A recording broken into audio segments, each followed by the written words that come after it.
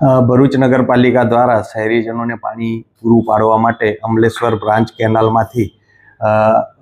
પાણી લેવામાં આવે છે। અમલેશ્વર બ્રાન્ચ કેનાલમાંથી માતરિયા તળાવ ભરવા માટે લગભગ 20 વર્ષ અગાઉ આરસીસીની પાઇપલાઇન મોટા ડાયામીટરની નાખવામાં આવેલ હતી, પરંતુ સમય જતાં એ પાઇપલાઇન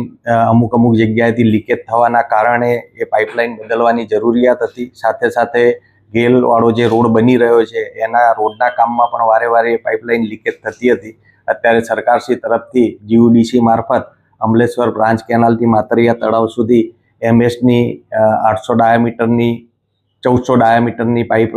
નાખવાની કામગીરી લગભગ 90% પૂરી થયેલ છે, પરંતુ આ કામગીરીની અંદર શ્રવણ ચોકડી ઉપર પુશિંગની કામગીરી અને 4 જગ્યાએ જોઈન્ટ મારવાની કામગીરી બાકી રહેલ છે। જે કામ પૂરું થશે એટલે આ પાઇપલાઇન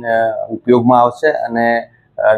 માતરિયા તળાવ ભરવામાં સરળતા રહેશે। આ કામગીરી કરવા માટે જૂની જે પાઇપ ચાલી રહી છે, પાણી આવી રહ્યું છે, એ લાઇન બંધ કરવી જરૂરિયાત હોવાના કારણે નગરપાલિકા દ્વારા તારીખ 12 થી 16 દરમિયાન આ જૂની પાઇપલાઇન બંધ રહેવાના કારણે કેનાલમાંથી પાણી લઈ શકાશે નહીં અને અત્યારે જે માતરિયા તળાવમાં સંગ્રહિત પાણી છે એમાંથી જ નગરજનોને પાણી પૂરું પાડવું પડશે, જેના કારણે બીજી કોઈ તકલીફ ઊભી ના થાય એ માટે 4 દિવસ માટે એક ટાઈમ પાણી કરેલ છે અને 17 તારીખથી રાબેતા મુજબ પાણી આપવામાં આવશે।